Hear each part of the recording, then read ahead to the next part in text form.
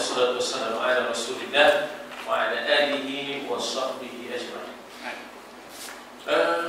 Bab yang ke-16 daripada kitab Mukasyafah Al-Qulub, yang diterjemahkan dengan penenang jiwa, ataupun kalau kita terjemah secara harfiahnya, Mukasyafah ni ialah pembedahan, ataupun lebih tepatnya ialah diagnose the problem, iaitu kita cuba mencari apakah penyakit-penyakit yang ada dalam hati kita, ya, penyakit-penyakit yang ada di dalam hati kita, dan kita cuba lihat apakah rawatan-rawatannya, ya, apakah rawatan-rawatannya. Jadi di antaranya ialah hati ini terdedah, fa'alhamaha fujuraha wa taqwaha, terdedah kepada ilham syaitaniyah, selain daripada adanya ilham malaikah yang disebut sebagai taqwa, ya, ilham taqwa. Nun di sana ada disebut fujur. Allah Ta'ala sebut fujur dahulu, fa'alhamaha fujur. Fujur tu ilham durhaka. Allah Ta'ala sebut ilham fujur lebih awal daripada ilham taqwa, fa'alhamaha fujuraha wa taqwaha. Jadi hati ini memang terdedah kepada kedua-dua ilham. Satu ilham yang fujur, yang jahat daripada syaitan, kadang-kadang disebut sebagai, ya, ilham, sebagai ilham syaitaniyah. Dan kemudian dalam masa yang sama terdedah juga kepada ilham yang baik, yang disebut sebagai ilham malaikah, ya, ilham malaikah. Jadi hati yang bersih, ya, hati yang bersih menjadi tempat untuk, ya, kita kata syaitan maknanya bermarkas, ataupun maknanya mengambil tempat dan kedudukannya, ya, mengambil tempat dan kedudukan. Hati yang kotor begitulah menjadikan syaitan menjadikan hati itu sebagai markasnya. Hati yang bersih maka akan dihadiri oleh para malaikatnya. Sebab itu Tuhan kata qad aflaha man zakkaha wa qad khaba man dassaha. Qad aflaha, sesungguhnya beruntunglah, menanglah, berjayalah, sukseslah orang yang membersihkan hatinya, sehingga ilham yang baik sahaja yang ada pada dia. Sebaliknya akan rugilah. Wa qad khaba, khaba tu kecewa, raslah, tidak khaba tu maknanya kecewa lah. Man dassaha, orang yang mengotori hati itu, memijak dan mengotori hati itu, lalu hati itu sentiasa menjadi ilham kepada syaitaniyah, ya, ilham syaitaniyah. Baik, jadi tajuk kita ialah memusuhi syaitan. Dalam dialog Allah Ta'ala dengan hamba-Nya di padang mahsyar, Allah Ta'ala kata, alam ahad ilaikum ya bani Adam alla ta'budus syaitan. Bukankah aku telah membuat perjanjian dengan kamu, wahai anak Adam, alla ta'budus syaitan, jangan sembah setan, ya, jangan sembah setan, ya. La ta'budus syaitan, ya. Jadi dalam tafsiran antaranya ialah Imam Ibnu Katsir menyatakan apa makna sembah setan. Sembah setan ialah taat, ita'atuhu, maknanya taat setan. Bukan mestinya memuja, bukan mestinya memuja setan itu, ya, tak semesti. Taat untuk melakukan maksiat, ya, untuk melakukan maksiat itu termasuk yang dikatakan sembah syaitan. Ita'atus syaitan itu maknanya ta'budus syaitan, kamu menyembah syaitan.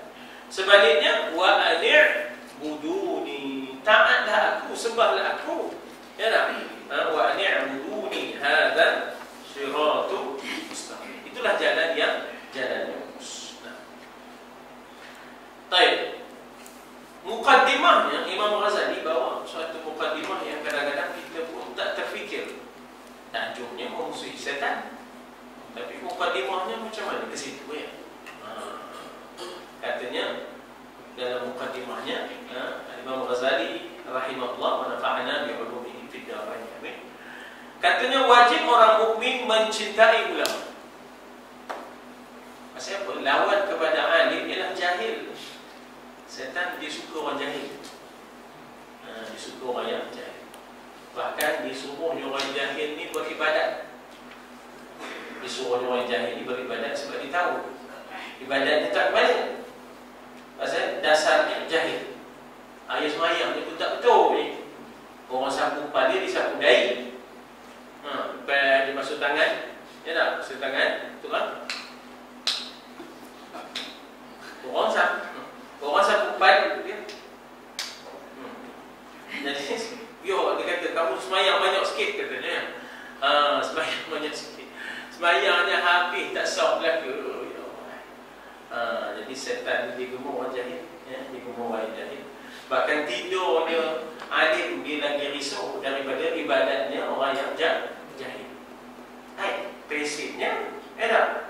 Sekali fikir kita sekali fikir kita lagu Nabi ni, hadis Nabi ni, macam mana pula syaitan lebih takut tidur orang alim daripada ibadat orang jahil. Patutnya elok ibadat, walaupun jahil dia ibadat. Alim dia tidur, alim pun fikir kita lah.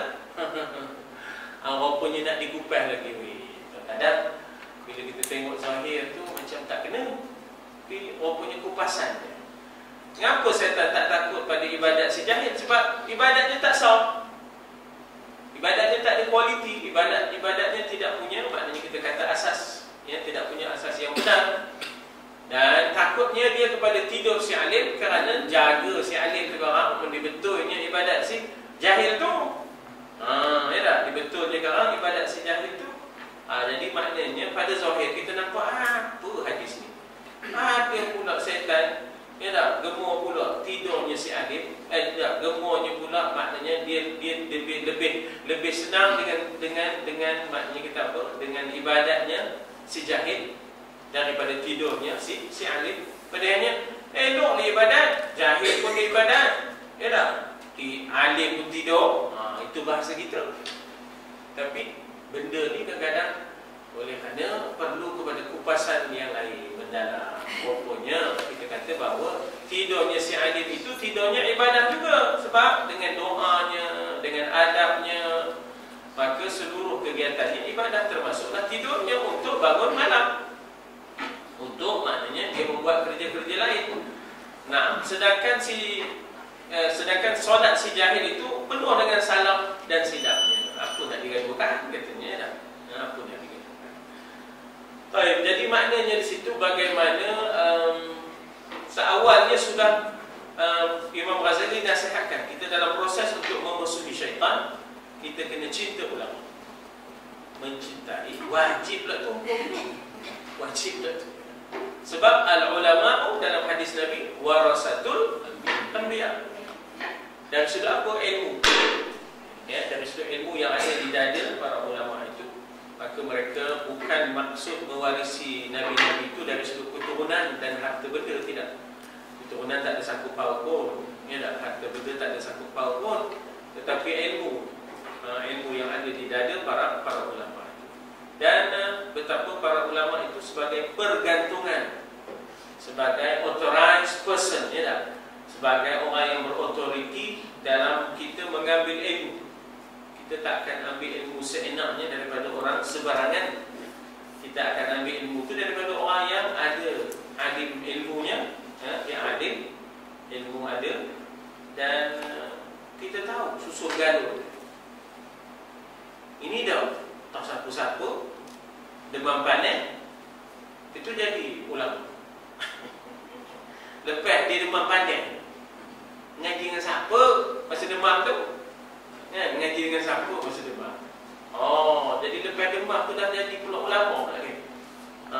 Jadi sebenarnya tradisi ulama ni dia ada susul galur, ada silsilahnya, ada ijazahnya. Ya, ada silsilahnya, ada ijazahnya, ada mata rantai. Ya, mereka ngaji mana? Siapa guru masa di sana tu, jadi dia, guru tu siapa gurunya, sampailah kepada Nabi SAW. Ini autoriti dia tak? Ini soal maknanya kita kata kekuatan yang mesti ada. Jadi setan suka kalau kita ini benci ulama. Setan suka kita benci ulama. Golongan liberal, golongan anti hadis, Golongan sekular adalah golongan yang seringkali menyerang ulama.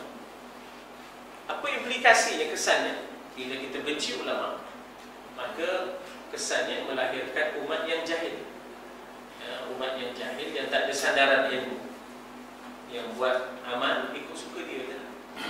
Pasal tak ada sandaran, tak ada sandaran daripada ulama. Jadi setan serang institusi ilmu dan ulama itu. Pasal maknanya kita kata supaya akhirnya orang tak hormat ulama, akhirnya manusia itu dalam kejahilan. Itu kehendak setan. Maka kita kena lawan kehendak setan. Kita kena cinta ulama. Bahkan di antara ubat hati kan, kita dengar ada 5 perkara, 5 perkara.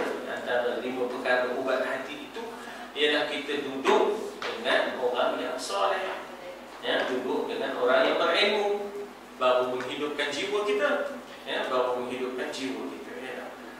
Jadi setan cuma nak putuskan kita daripada tradisi ilmu.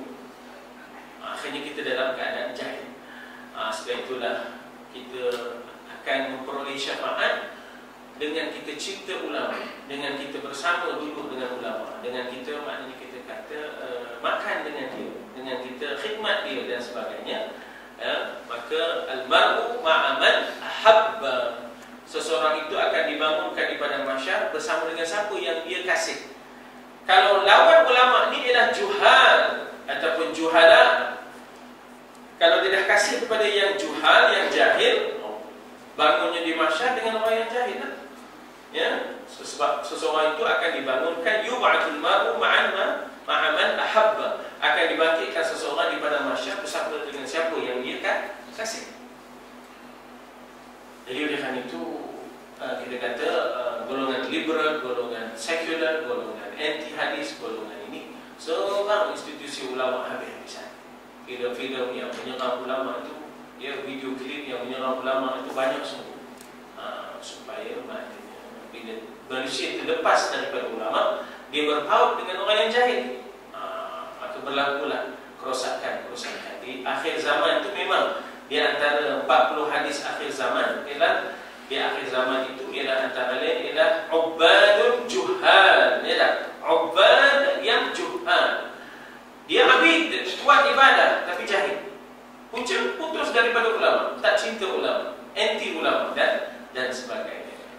Jadi betapa kita disebut seawalnya dalam proses untuk kita memusuhi syaitan, kita kena bersama dengan ilmu yang ada pada ulama kita.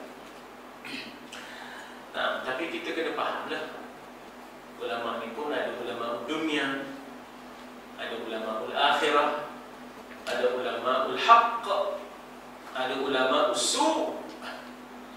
Kena pula kita faham di situ, beda. Ada ulama yang sifatnya amilin, yang maknanya kita kata bukan ilmu sahaja, bukan ilmu sahaja, tetapi action, tindakan-tindakan dia.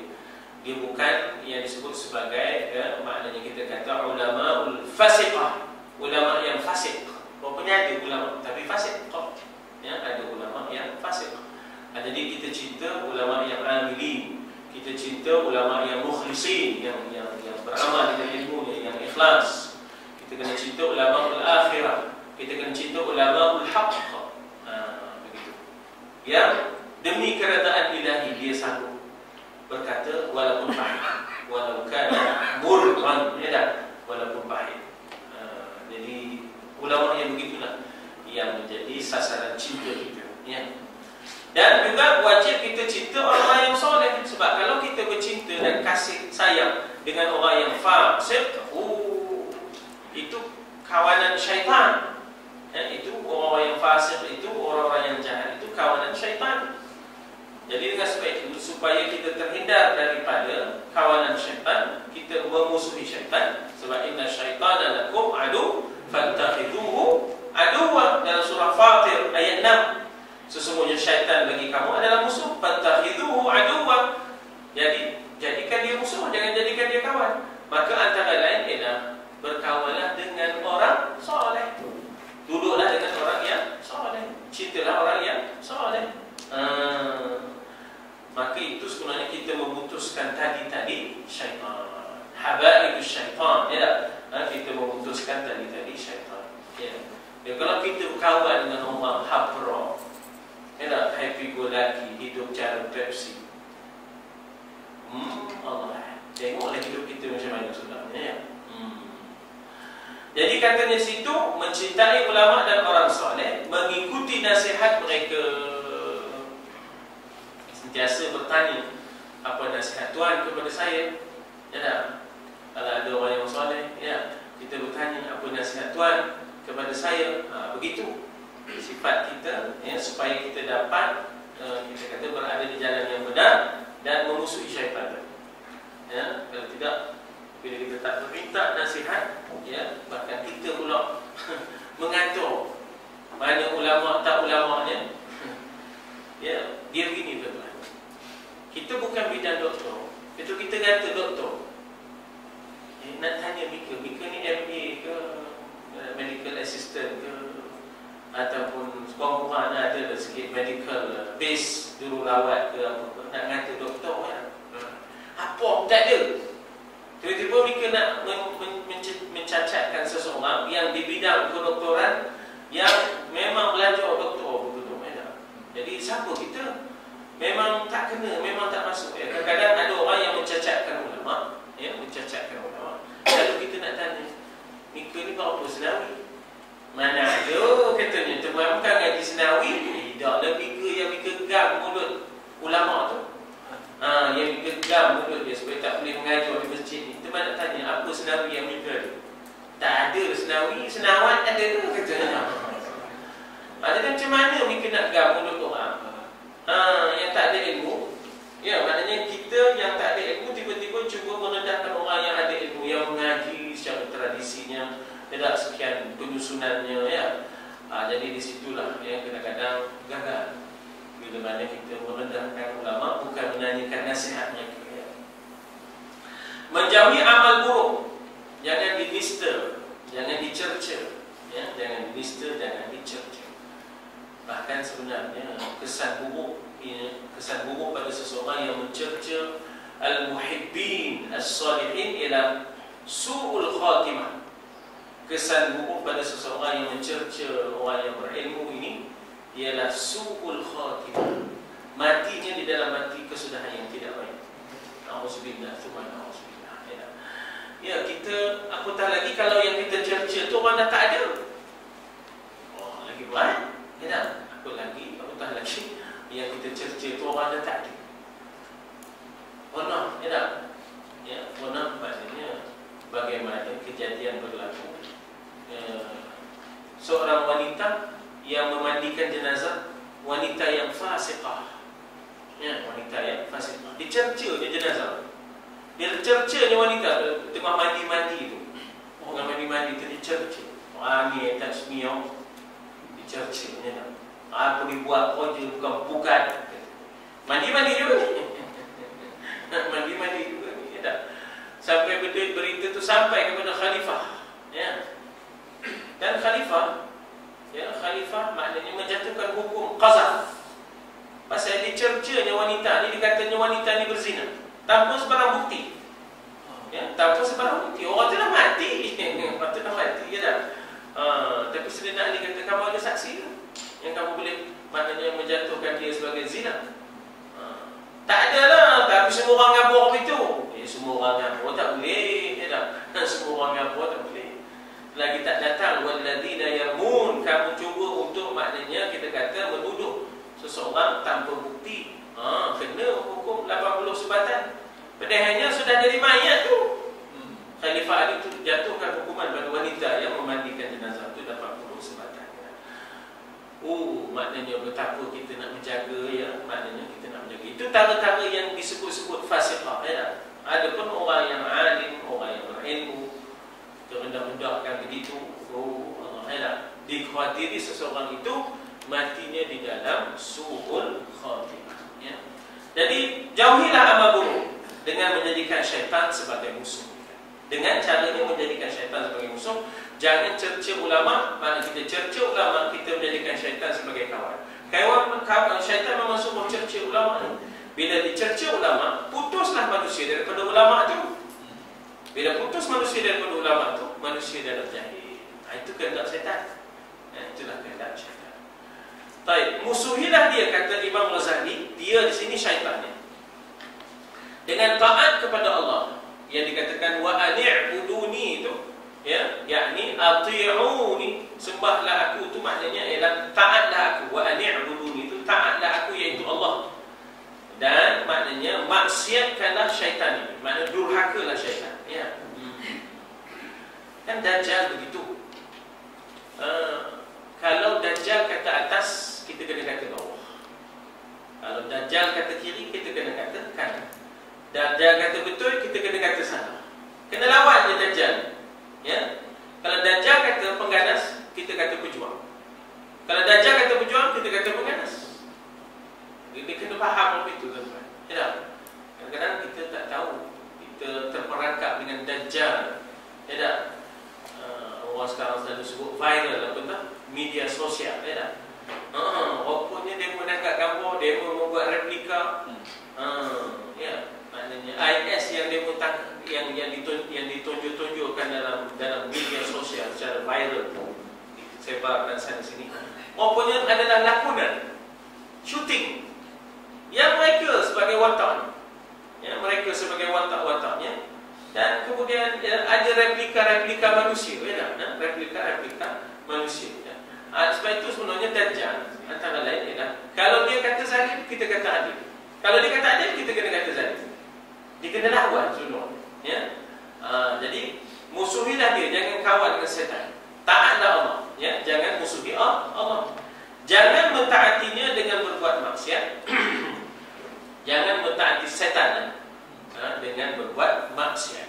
Sebab dia gemuk perangkap setan, ya, dia gemuk perangkap, ya. Kita kata bagaimana seorang rahib yang terperangkap seperti Juraij, ya, yang terperangkap, ya, dengan kita kata bahawa perangkap syaitan juga.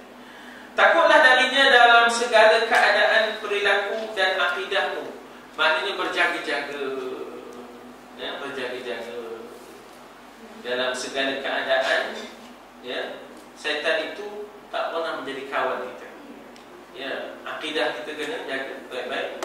Sebab syaitan dia suka mengganggu, ya, suka mengganggu, kita kata keyakinan, dia suka mengganggu keyakinan. Apabila berbuat sesuatu, telitilah barangkali ada sedikit riya, ya Allah. Iaitu sebenarnya muraqabah, ya. Di antara tuntutan kita ialah hasibu anfusakum qabla an tuhasabu. Hitung diri kamu dulu sebelum kamu dihitung, ya. Dalam ilmu tasawuf, dia punya sasarannya adalah diri sendiri, ya, diri sendiri kita ni. Hitung diri kita ni. Aku ni ada keperasaan riak ni, ada keperasaan ujub ni, ya, ada keperasaan takabur ni. Itu maknanya syaitan sudah mula main jauh, ya, syaitan sudah mula main jauh, ya. Semalam, ya, hangat je lah. Tiba-tiba hujan turun, teman tengah sembahyang tahajud. Dia datang. Pedih. Sebenarnya dia bukan nak gambar hangat tu, dia nak gambarkan dia sembahyang tahajud. Dia datang ujung tu, jaga baik-baik. Kalau datang ujung tu, lengan. Dia nak kawal diri, dia nak cepat kawal diri. Cepat kawal diri, dia tak mohon perlindungan, ya, daripada setan ini. A'udzubillahi minasyaitonir rajim, ya, daripada Tuhan, ya, maknanya daripada syaitan, minasyaitonir rajim, minta lindung dengan Allah daripada syaitan, ya, hamazatis syayatin. Abdullah bin Mas'ud radhiyallahu anhu berkata, Rasulullah SAW menggariskan untuk kami suatu garisan seraya bersabda. Ini Nabi mengajar, lalu Nabi menggunakan ABM lah, ya, alat bantuan mengajar. Tapi tak ada lah masa itu whiteboard, tak ada, ya, pasir lah. Tapi Nabi ambil kayu, ya, buat garis straight dua, ya. Lalu dia kata, ya, ini jalan Allah, ada siratullah. Kemudian Nabi tadi menggariskan di kiri kanan, simpang-simpang di kiri kanan jalan yang lurus itu. Ada simpang-simpang, ya. Lalu Nabi sebut ini beberapa jalan, ya, syaitan. tattabi'u subul, ya, wala tattabi'u subul. Subul itu ialah sabilus syaitan. Di mana syaitan menyeru panggil di jalan kanan, kiri kanan jalan. Lalu Nabi membaca ayat surah Al-An'am yang biasa tuan-tuan kita semua dengar, wa anna hadza sirati mustaqim. Sesungguhnya inilah jalanku yang lurus. Nabi pun tunjuk kepada jalan yang lurus. Fattabi'u, ikut dia. Wala tattabi'u subula, Nabi pun tunjuk kiri kanan. Jangan ikut yang kiri kanan. Jadi di sini tuan-tuan dan puan, kita kata pedagogi pengajaran, ya. Dia tak hidup oleh istilah saya tu. Ya tak? Metod pengajarannya ada, alat bantuannya, dan menggunakan, ya, kita kata alat bahan yang boleh dipandang, ya, bahan yang boleh didengar dan boleh dipandang, ya. Jadi maknanya situ nampak konkret, ya, nampak, maknanya kita kata sampel, ya, nampak sampel. Itu keberkesanan pengajaran, dan itu Nabi lakukan. Bukan sekali tu, bukan sekali. Ada ketiga lain Nabi pernah buat orang lidi, ya. Dalam frame. Nabi buat orang lidi dalam frame. Kemudian di luar orang lidi tapi masih dalam frame, Nabi buat arrow, panah. Manusia boleh berusaha ke kiri, ke kanan, ke atas, ke bawah, ya tak? Manusia dalam frame tadi. Tapi dia dalam frame. Tapi dia boleh bergerak, tapi dalam frame. Di sebalik usaha, di sana ada qada dan qadar. Kita mempunyai usaha kat tanah ni 4 ekar, dengan racunnya, dengan baju, dengan pagarnya. Tapi jangan lupa, di sana ada tembok. Ya tak? Tiba-tiba hasilnya tidak sebagaimana yang kita jangka. Tak apa. Qaddarallah wa ma syaa fa'ala. Ini takdir daripada Allah. Apa yang dia kehendak, dia telah berbuat. Kita terima dengan senyuman, ya. Kita terima dengan senyuman. Jadi Nabi buat macam mana? Orang lidi dalam frame gambar, ya.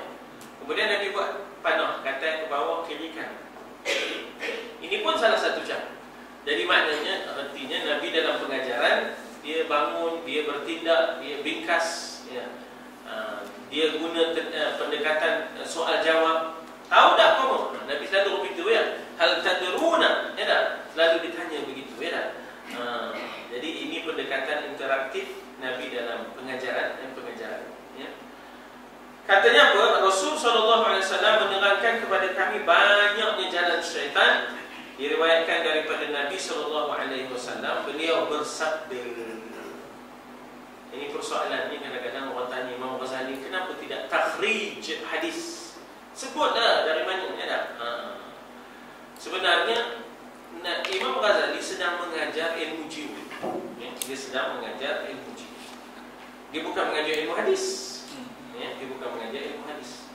Dia sebenarnya sedang mengajar ilmu tasawuf, nak mengasuh. Bila kita nak mengasuh diri kita ni, kadang-kadang kita bukan sekadar pinjam kata orang Islam, kata orang bukan Islam pun kita pinjam. Macam contohnya, if you fail to plan, you plan to fail. Itu bukan orang Islam yang cakap tu. Kalau kamu gagal merancang, berarti kamu merancang untuk gagal. Ketika mana kita memberi motivasi, walaupun orang bukan Islam yang menyampaikan itu, ya tak? Kalau kamu, ya, if you fail to plan, kamu gagal merancang, berarti kamu sedang merancang untuk gagal. Ketika mana kita memberi motivasi, walaupun itu daripada orang kafir, tapi kalau ia membawa pengajaran.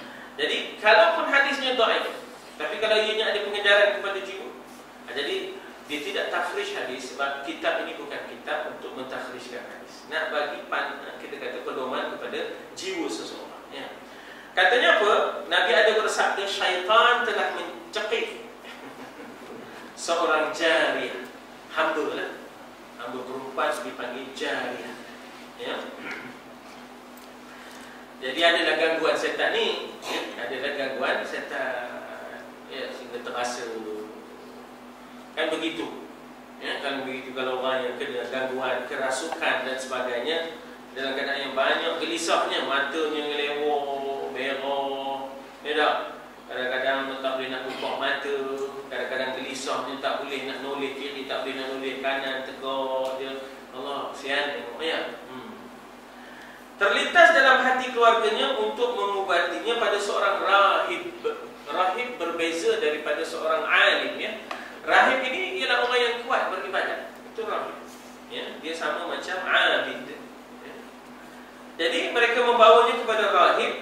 dia selalu menolak untuk merawat wanita jariah.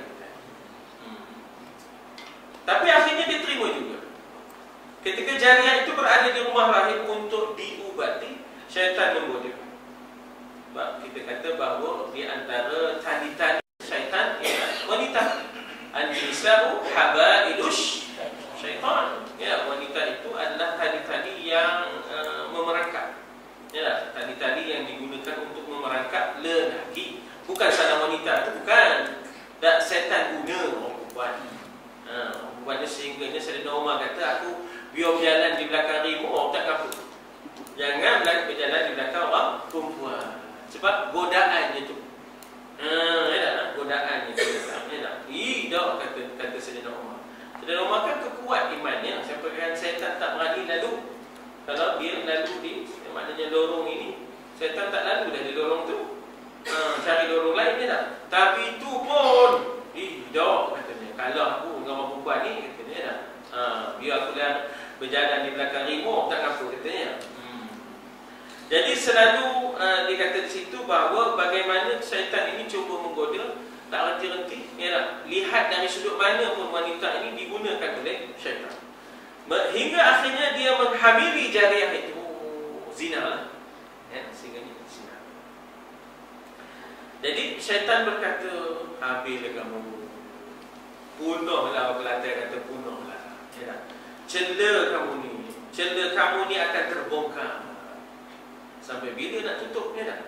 Bila keluarganya datang. Dah berisi. Tengok dah lain. Dia dah lain. Dia dah. Tak ada sudahnya, kata dia syaitan. Hilangkan bahan bukti. Hilangkan bahan bukti. Saksi ke, ataupun qarinah ke. Qarinah ke. Qarinah ni maknanya ialah dalam bentuk yang indirect evidence. Dipanggil qarinah. Kalau direct tu orang, direct evidence itu orang. Tapi kalau indirect itu bentuk kita kata circumstantial. Buangkan, gugurkan, bunuhlah dia. Dan katakan pada keluarganya dah mati. Dan maka rahim itu akhirnya kita kata bahawa terpengaruh dengan maknanya syaitan itu. Betul juga. Kalau masih hidup budak ni, maka ada bahan bukti untuk mendakwa dia. Itu mendakwa si rahim tu, mesti buang saksi, buang bukti dan menguburkannya. Pakailah C apa? C4. C4. Tahu dia tak? Yang main tu orang lain juga tak? Mongolia kan? Cina takut orang Mongol ni. Sampai buat dah tembok besar tak? Dapat kau Melayu aku tak rasa betul tembok. Jadi maunya pergi dah ke Australia. Pergi dengan Datuk Mahfuz Omar. Kemudian syaitan pergi kepada keluarganya. Sebab apa? Tak dapat dibuktikan sebarang makna unsur permusuhan antara sirul dengan wanita. Benda dia nerima arahannya. Sampai nak awak tak. Tapi siapa punya arahan dia? Kemudian syaitan pergi kepada keluarganya. Dia mengatakan bahawa jariah itu telah dibunuh, dikuburkan oleh si rahim. Ini waswasus syayatin alladhi yuwaswisu fi sudurin nas. Ia akan mati. Takkan tak ada sebab pun. Sakit ke apa ke dibunuhnya. Keluarga itu segera menemui rahim dan hendak membunuhnya. Membunuh rahim pula.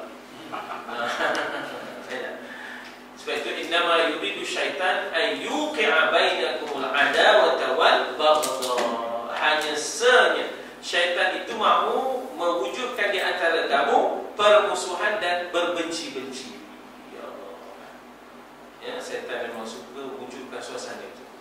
Kita bermusuh dan berbenci-benci.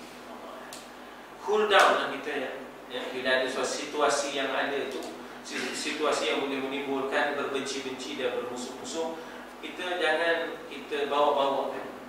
Cool down, kita rendahkan diri, benarkan diri, periksa diri sendiri. Periksa diri sendiri. Jangan cari salah orang, cari salah diri. Begitu. Lalu syaitan berkata, aku yang mencekiknya, aku pula yang menghasut keluarganya, maka taatlah kepada aku, tentu aku selamatkan kau dari mereka. Rahib bertanya, apa caranya? Syaitan kata, sujudlah kepada aku. Sujudlah kepada aku 2 kali, supaya dapat selesai daripada kes itu. Jangan berlanjutan, ya. Rahib itu yang terkenal kuat ibadat tapi tak ada ilmu, ya, tak ada ilmunya. Dilakukannya apa yang kehendak setan. Bila dah sujud kepada setan ini tadi, lalu katanya, sesungguhnya aku tidak mau bertanggungjawab ke atasmu. Inni bari'u minka, macam dalam surah Al-Hashr. Ya, ini maknanya kita kata bila mana syaitan suruh supaya kufurlah kepada Allah, ya, ketika mana manusia disuruh kafirlah, kufurlah kepada Allah, ukfur. Setelah dia kafir, syaitan berkata, inni bari'u minka, aku berlepas diri, aku tak campur. Aku tak campur. Aku tak ada nak bela kamu. Ini kita kata situasinya di dunia, bahkan di akhirat lah, yang nyatanya akhirat lah. Bila mana syaitan ini berlepas tangan daripada manusia. Tabarra'a, ya, maknanya istabarra'a alladziina tubi'u minal ladziina taba'u. Ketika mana berlepas dirilah orang yang diikuti daripada orang yang mengikuti. Diriwayatkan bahawa iblis bertanya kepada Imam Syafi'i rahimahullah, bagaimana pendapatmu tentang orang yang menjadikan aku sebagai pilihannya dan memperlakukanku pada sesuatu yang dia kehendaki. Setelah itu, jika dia mau memasukkanku ke neraka, demikian ini adil atau tidak? Ini dialog, ya, ini dialog iblis dengan Imam Syafi'i. Macam mana ini?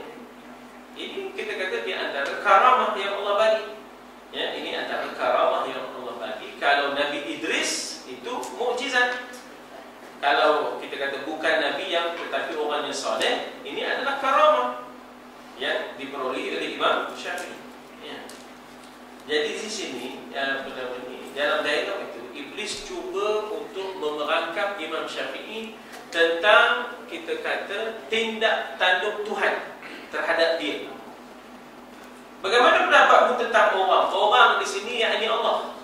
Dalam arti kata dia cuba untuk memerangkap Syafi'i, Imam Syafi'i tentang Tuhan.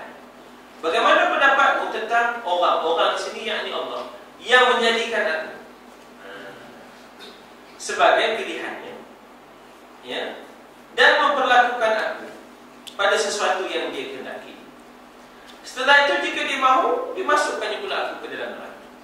Aku ini ciptaan Tuhan, ya.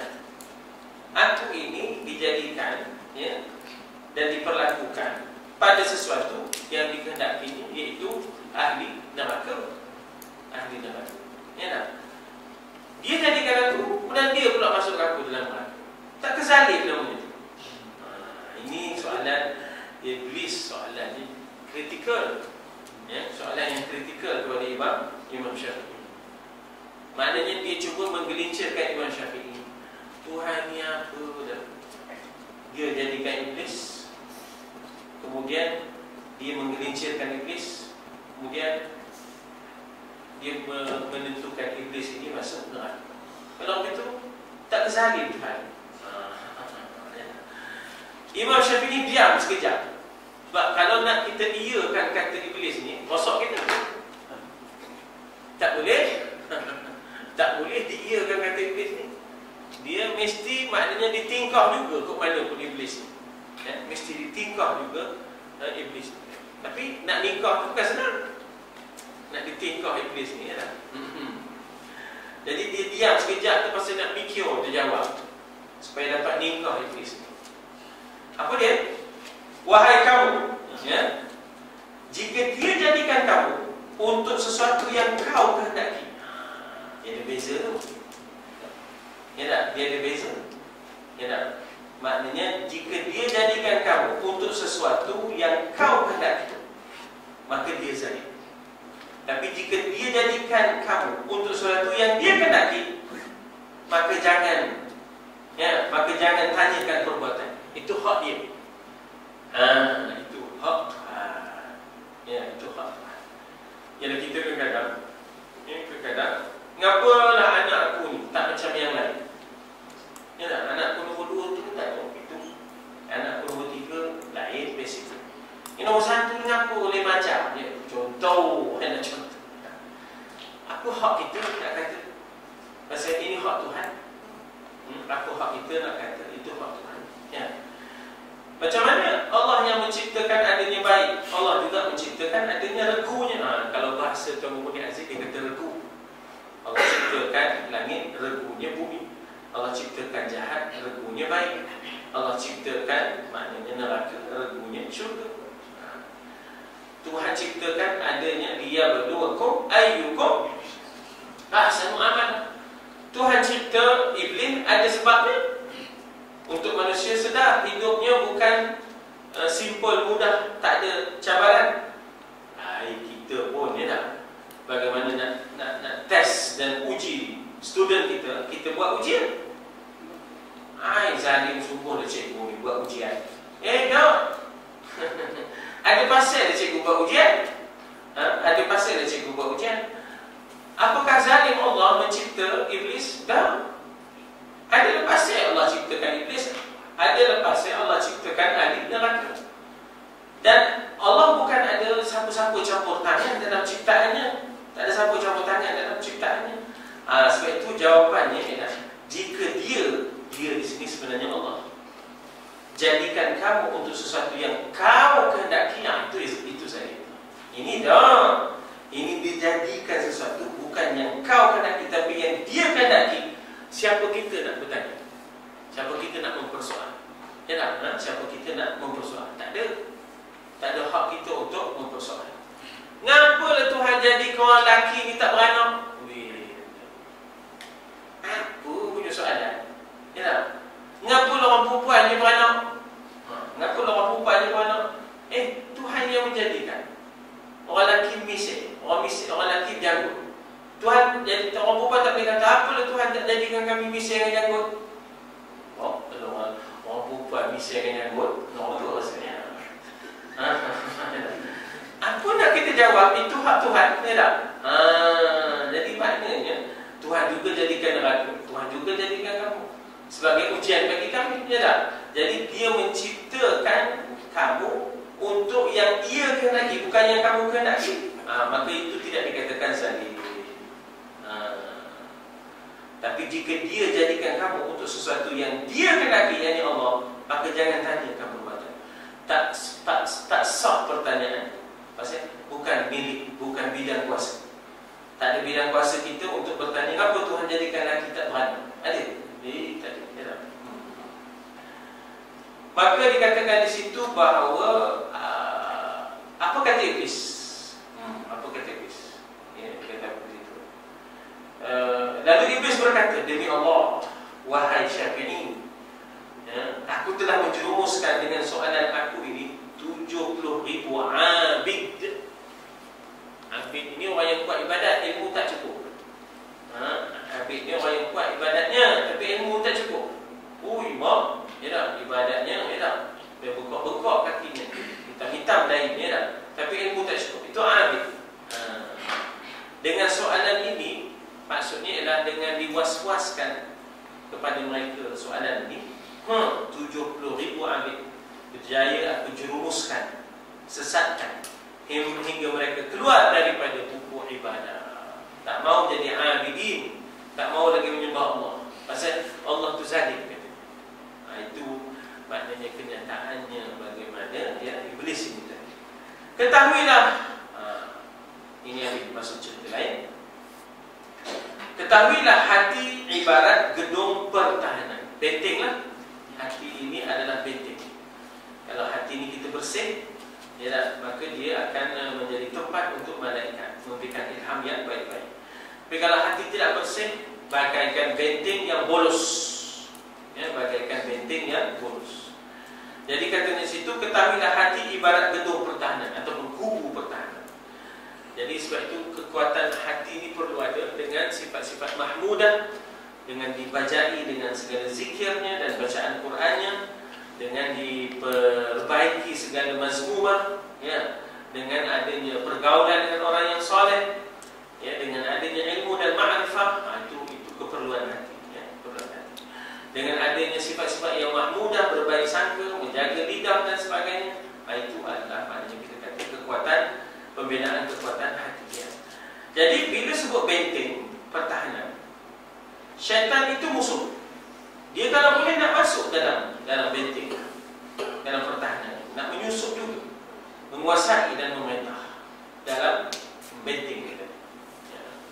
Tidak mampu menjaga pertahanan ataupun hati dari musuh kecuali mereka yang jaga sungguh-sungguh hati. Jangan dilayan syaitan, jangan bagi dia masuk, ya, tutup.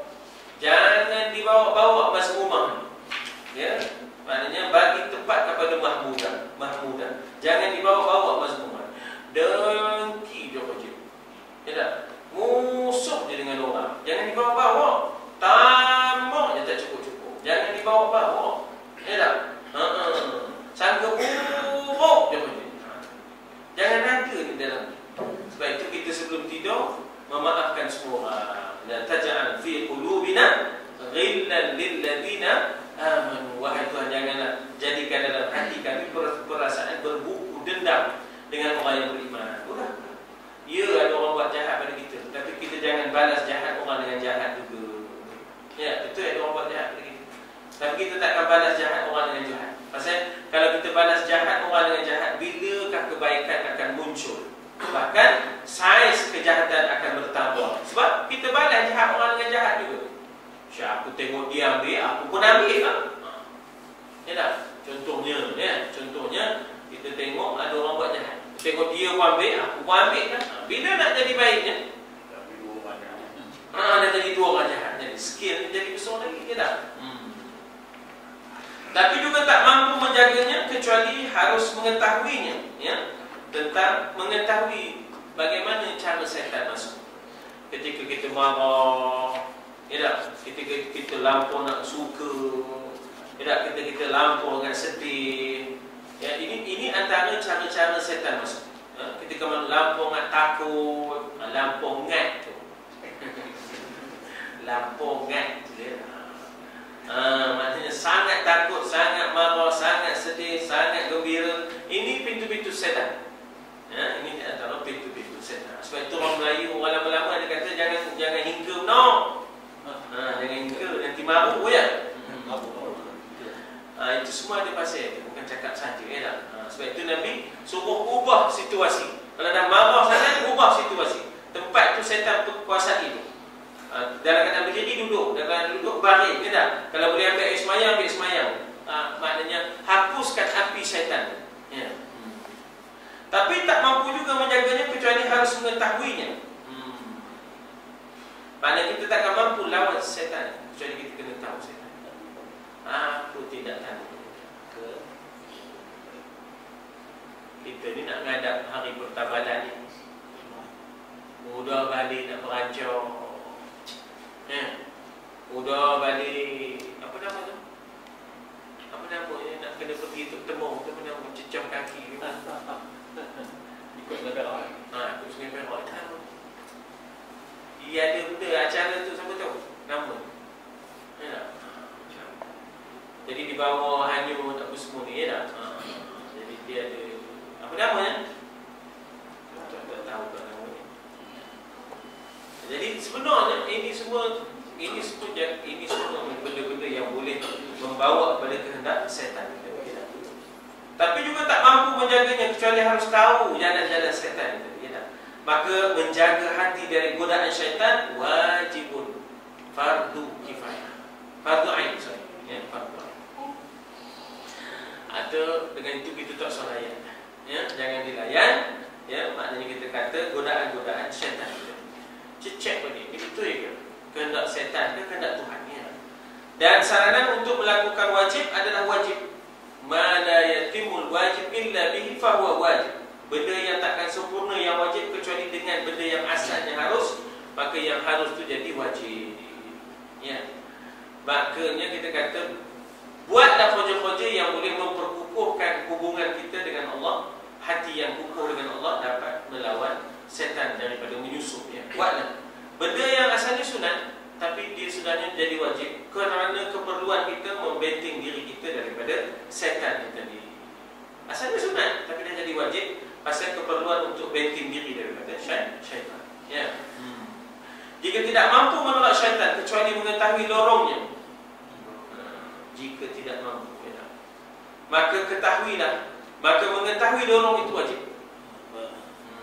Tahu kita kan syaitan ni lorong ni apa? Bila kita lalu marah, tengah marah sangat, tengah sedih sangat, tengah suka sangat, tengah risau sangat, itu semua laluan-laluan dia, lorong-lorong dia, Sedangkan lorong dan pintunya sebagai sifat hamba adalah banyak.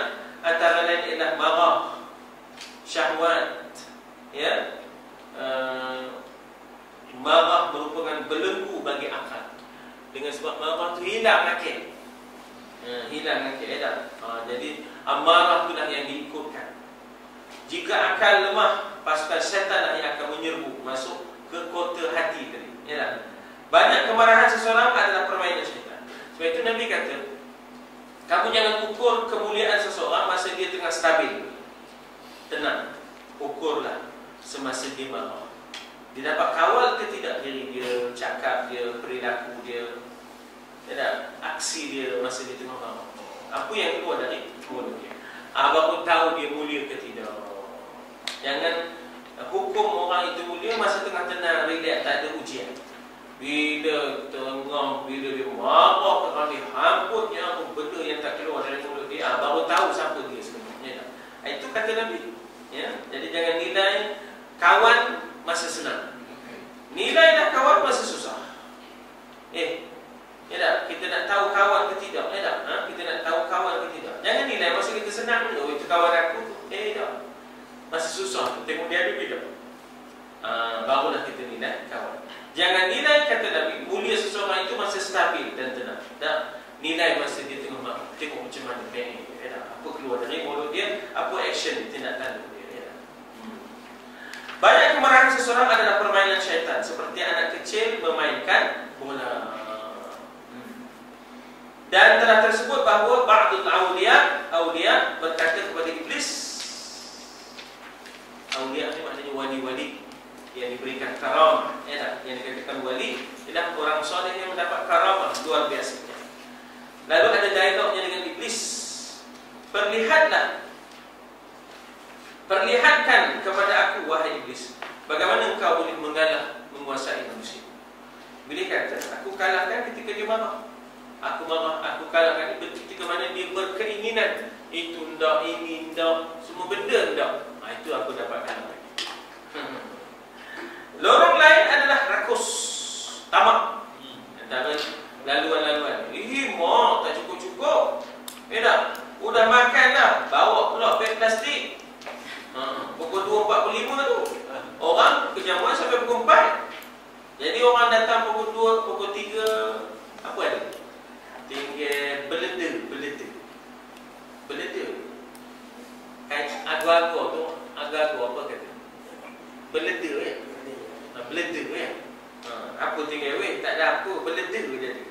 Baru 2.45 tinggal beleda tu agak-agak. Apa nak kokok itu pasal rakus tamak tu. Orang punya kita dah makan. Kalau ikutnya cukup ni sampai pukul 4, kata dia tukar masak. Macam mana 2.45 dah habis? Ini mesti ada gejala bawa beg plastik. Ambil orang punya tu dosa, haram makan. Haram makan. Itu aku masuk melalui kerakusan. Bukan ada hak kita pun, tapi tiba kita nak juga. Rakus. Kadang-kadang rumah tak tenggelam pun tak kena. Dapat. Orang yang tenggelam betul rumah tak dapat sampai sekarang di saya. Dia mau ambil, aku ambil dah. Itu dah. Itu pintu setan dah, lorong setan. Boleh jadi rakus membuat seseorang buta dan tuli. Pejamkan mata, pekakkan telinga, ambil katanya. Tak apa. Apa tak apa? Orang yang tenggelam tak dapat lagi. Kamu yang tak tenggelam. Ketika syaitan menggoda, menawarkan segala cara untuk mencapai keinginannya, meskipun cara itu mungkar dan keji. Pernah Nabi tegur Sayyidatina Aisyah, ya, tak macam mana Yahudi keluar statement mengkeji Nabi. Jadi Aisyah ada kat situ, ya, keluar statement keji Nabi. Ya. Oh, Aisyah pandang dia, ya, dia pun lepas, ya tak? Dia lepaskannya, dia pun cakap keji juga pada Yahudi tu. Kata dia Nabi, Aisyah jangan Aisyah. Ya tak? Allah tak suka kepada al-fahsya wal-fuhush. Allah tak suka benda-benda yang keji ni, tak suka. Kalau dia keji, biar dia keji. Tak usah kamu pun jadi pula terbawa pula labung keji juga. Ya tak? Maknanya tak usah dibalas jahat orang dengan jahat kita pula. Susah tu ya. Aku kalau aku dapat, ya tak? Jaga lah, ya tak? Oh ya Allah ya. Jadi Nabi tegur Aisyah. Aisyah pasal ialah muda, ya, ada perasaan cemburunya tentu ada kepada perbuatan orang tu yang tak kena, ya tak? Tak usah dibalas jahat orang dengan jahat. Tak usah Aisyah, tak usah. Ya, jadi Nabi larang Aisyah daripada keluarkan kata-kata tu. Tapi benda tu dah terkeluar lah. Jadi Nabi suruh Aisyah bertaubat. Jadi maknanya jangan kita capai keinginan itu dengan cara yang mungkar dan dengan cara yang keji. Kita berhenti dekat situ, iaitu diriwayatkan bahawa Nabi Nuh alaihi salam. Bismillahirrahmanirrahim. Alhamdulillah wassalatu wassalamu ala Rasulillah wa ala alihi washabbihi ajma'in. Allahumma ja'al jam'ana hadza jam'an marhuma wa tafarruqana min ba'di tafarruqan ma'suma wa la taj'al fina shaqiyyan wa la matruda wa la mahruma. Allahumma ja'alna mimman yastami'una al-qawla